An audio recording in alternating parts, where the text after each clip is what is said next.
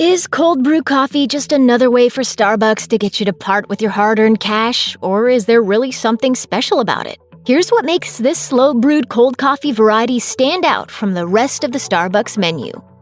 If you're already overwhelmed by all of the options on the Starbucks menu, you may be wondering whether or not the world really needs another coffee drink to choose from. You may also be wondering just what makes cold brew different from any other cold coffee drinks already available.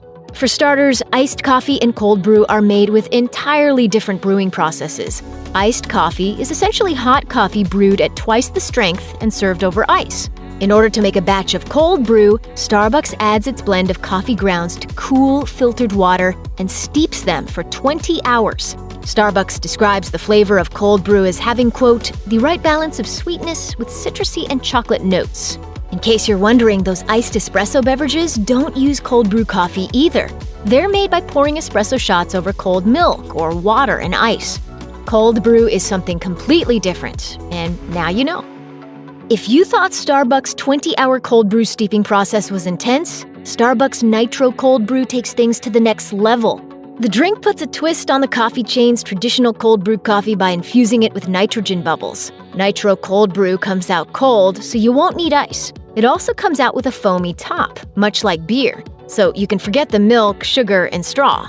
The drink has built quite a following, with the Nitro Brew with Cascara cold foam holding the top spot in a Thyllist ranking of all the drinks on the Starbucks menu. But if you're the kind of person who needs to have your coffee supersized, you're in for a disappointment. Starbucks Nitro Cold Brew is served in tall and grande sizes only, but there's a good reason for that.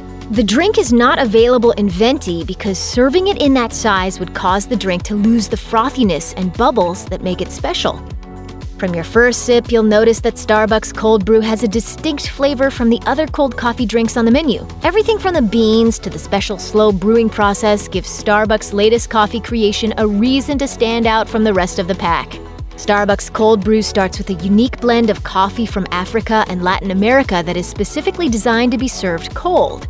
Because there is no heat involved in the brewing process, there is less acidity than iced coffee.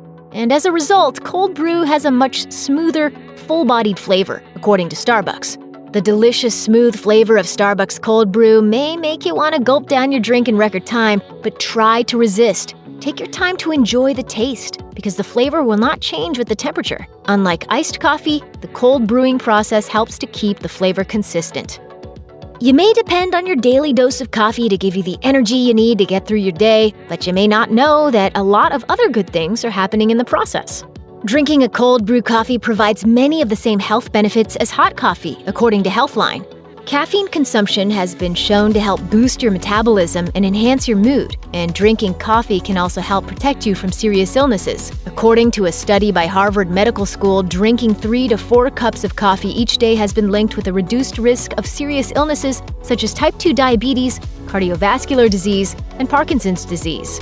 Is there an advantage to choosing cold brew coffee?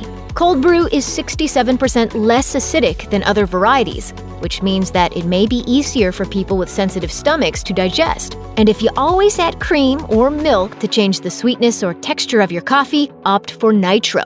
Skip the creamer and save on some fat and calories. Starbucks brought a little fall flavor to its menu in summer 2019 when they introduced the Pumpkin Spice Cold Brew, the first new pumpkin-flavored beverage on the menu in 16 years. In case you were wondering why Starbucks would launch a new fall-inspired beverage in the summer, it probably has a lot to do with business. As Forbes reported, a Starbucks spokesperson credits the Pumpkin Spice Latte as being the company's best-selling seasonal beverage of all time. The chain has sold over 350 million as of 2018. The popularity of cold coffee has risen dramatically in the last few years, with cold drink sales at Starbucks increasing from 37% of sales in 2013 to 50% in 2019, according to NBC News. With numbers like that, it's no wonder they invented a cold brew version of the seasonal favorite. Contrary to popular opinion, espresso and dark roast coffee doesn't necessarily always have the highest levels of caffeine per serving. And the amount of caffeine in your coffee depends on everything from how your coffee is ground to the way it is brewed. If you want the biggest caffeine bang for your buck at Starbucks, it may depend on your preference. When you're in the mood for cold coffee, cold brew is definitely the way to go. as it has more caffeine per serving than a traditional iced coffee.